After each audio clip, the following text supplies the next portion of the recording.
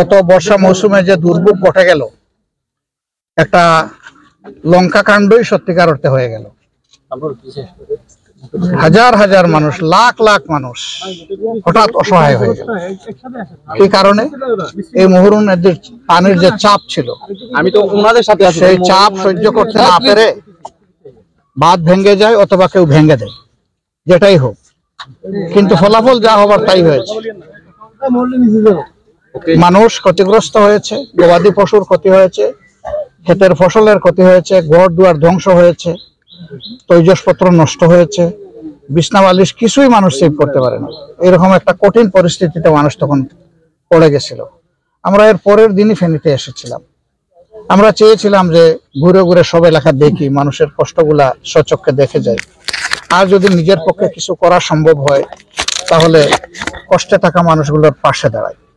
কিন্তু আপনারা সবাই সাক্ষী যে সেই সময় পর্যাপ্ত যানবাহন ছিল না, বিশেষ করে এটা নৌযানের এলাকা না, যার কারণে ইঞ্জিন নৌকা বলেন, স্পিড বোট বলেন, এগুলো অ্যাভেলেবল ছিল না। আমরা মনের কষ্ট নিয়েই যতটুকু পেরেছি পানিতে হেঁটে হেঁটে দেখে মানুষকে সান্ত্বনা দিয়ে ঢাকায় চলে গেছি। তো সেই সময় বলে গেছিলাম যে পরে উপযুক্ত সময় অবশ্যই আমরা আসব, স্বচক্ষে দেখার চেষ্টা করব।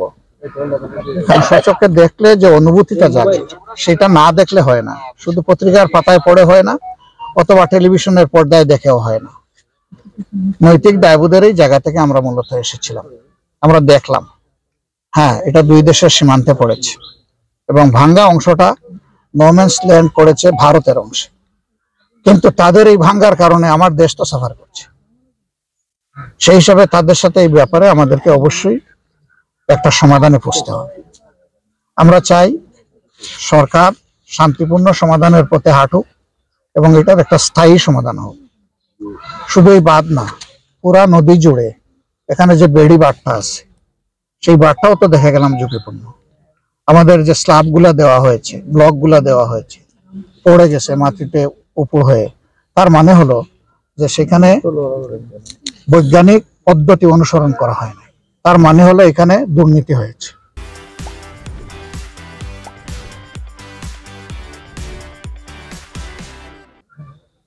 যদি দুর্নীতি না হতো তাহলে বছর বছর যে বাজেট অ্যালোকেশন হয়, এটা যদি কাজে লাগতো, এই দুঃখ মানুষের দূর হয়ে যেত, বারবার মানুষ এই কষ্টে পড়তো না। অতীতে যারা এই অপকর্ম করেছেন তারাও ভোগ করবেন তাদের কর্মের ফল। কিন্তু এর সাথে তারা দেশবাসীকে বড় কষ্ট দিলেন, এই জায়গাটাই আমাদের খারাপ লাগে। তাদের লোভ, তারা মানুষের জীবনটাকে একটু বিবেচনায় নিল না, নিরাপত্তাকে বিবেচনায় নিল না। ভবিষ্যতে আমরা চাই এমন সরকার হোক, গ্রাম থেকে শুরু করে পার্লামেন্ট, সব জায়গায় তাদের দায়বদ্ধতা থাকবে, সততা থাকবে, স্বচ্ছতা থাকবে, তাদের হাতগুলো দুর্নীতি থেকে মুক্ত থাকবে এবং জনগণের আমানতের খেয়ানত হবে না। তাহলে দেশের সম্পদ যেখানেই ব্যয় হবে উন্নয়নের জন্য, আত্মরক্ষার জন্য, সেই সম্পদ কাজে লাগবে এবং দেশের চেহারাও বদলে যাবে। দেশ মাথা উঁচু করে দাঁড়াতে পারবে। গ্রাম বাংলাকে মাইনাস করে বাদ দিয়ে কোনো দেশ নাই। গ্রাম বাংলা আমাদের হৃৎপিণ্ড।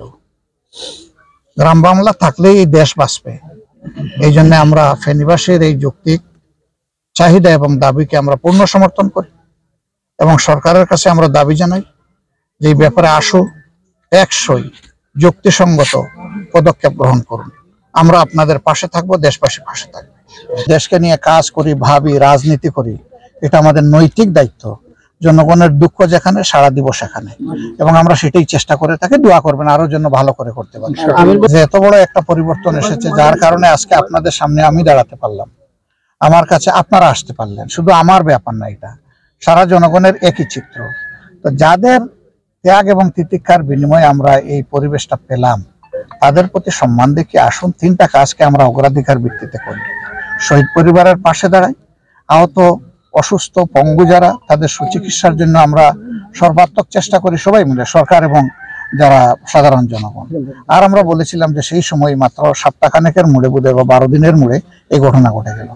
আমরা তখন বলেছিলাম যে বিপন্ন ফেনীবাসীর পাশে, নোয়াখালীবাসীর পাশে, লক্ষ্মীপুরবাসীর পাশে, কুমিল্লার একটা অংশের পাশে আসুন আমরা দাঁড়াই। আমরা আমাদের সীমিত সামর্থ্য নিয়ে সাথে সাথে ভাই চলে এসেছি। আমরা একটা দল, আমাদের অন্তর আছে, কিন্তু আমাদের সামর্থ্যের সীমাবদ্ধতা আছে। আমরা যতটুকু পেরেছি করেছি, আমরা এখনো ছেড়ে দেইনি। এখনো বহু অত্যন্ত সীমিত আয়ের মানুষ, আমি গরিব বলবো না, গরিব ধনী এটা আল্লাহ ভালো জানেন, যাদের ঘরটা ধ্বংস হয়ে গেছে কিন্তু খাড়া করার কোনো সুযোগ নেই। আমরা আমাদের দলীয় পক্ষ থেকে, আমাদের বন্ধু বান্ধবের পক্ষ থেকে চেষ্টা করছি তাদের পাশে দাঁড়িয়ে অন্তত মাথা গুজার একটু ঠাঁই করে দেওয়ার জন্য। আজকেও এই অভিযাত্রায়, এই সফরে আমি এরকম দুই একটা বাড়ি দেখে এসেছি। আমরা চেষ্টা করছি, আমাদের জন্য দোয়া করবেন।